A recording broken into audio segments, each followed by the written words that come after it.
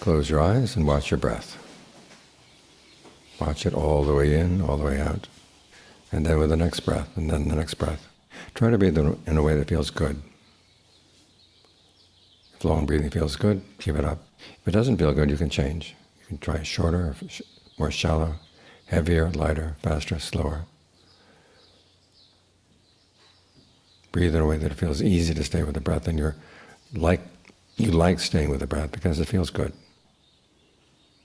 The important thing is you stick with it because you want to get the mind to be solid in its concentration. We'll make this something special. We're commemorating a special event today. It was on the full moon day in May that the Buddha was born. Then 35 years later, it was on the full moon day that he gained awakening. Another 45 years after that, on the full moon day in May, that he passed away. So it's a special day because he was a special person. And why was he special? Because he made himself special. Nobody told him that he had to become Buddha. It was his choice. He saw that the world was suffering and he needed to find somebody who knew how to put an end to suffering. So he decided he would be one of those somebodies. So he chose to leave all of his wealth, all of his status, go out into the forest and try to find the way. He encountered many obstacles. He studied with 2 teachers for a while. They turned out their paths didn't lead all the way to the end of suffering. He tried austerities, 6 years of austerities, starving himself.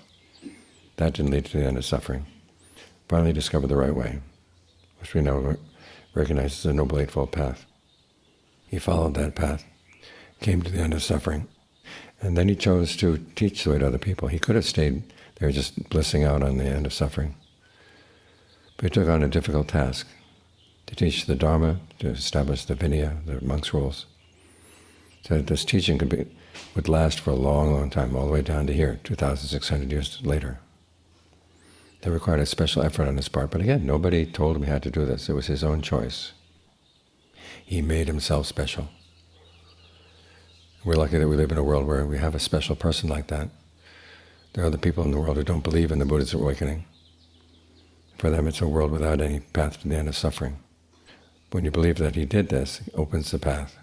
As he says, when you show forth your faith, show forth your conviction, this path is open to the deathless. That's something really special. A happiness that doesn't change, a happiness that doesn't let you down. And it's a path that's a good path to be on, even if you don't go all the way. It's comprised of generosity, virtue, concentration, discernment, all of which are good things.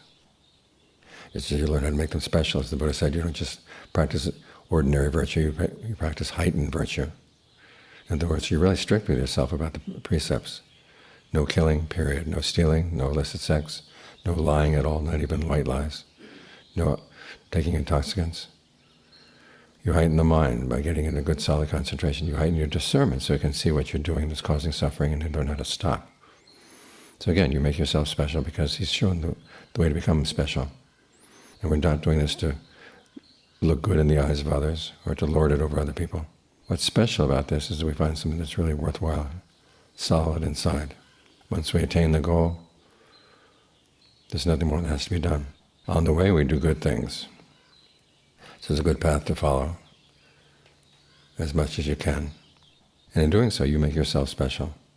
You don't just give in to your ordinary likes and dislikes. You realize there are certain things you have to do that you like to do, you're going to have to give up.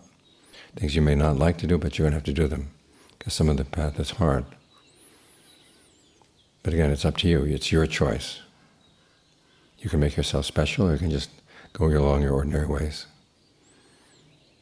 But we have the example of someone who chose the path to become special, and then devoted that path, not just for his own sake, but also for the sake of anybody who wanted to put an end to suffering. So as long as you count yourself among those people, regard this as a special day. It's good to have days like this where we remember there are people in the past who followed this path, what kind of people they were. He was very strong in his will, very resolute, heedful, ardent.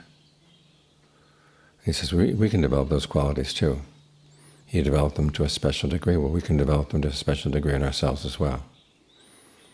That's the best way to commemorate a day like this, not just to think, well, he was a good person, but to realize that what he taught is something that's relevant to our lives. We can take advantage of it.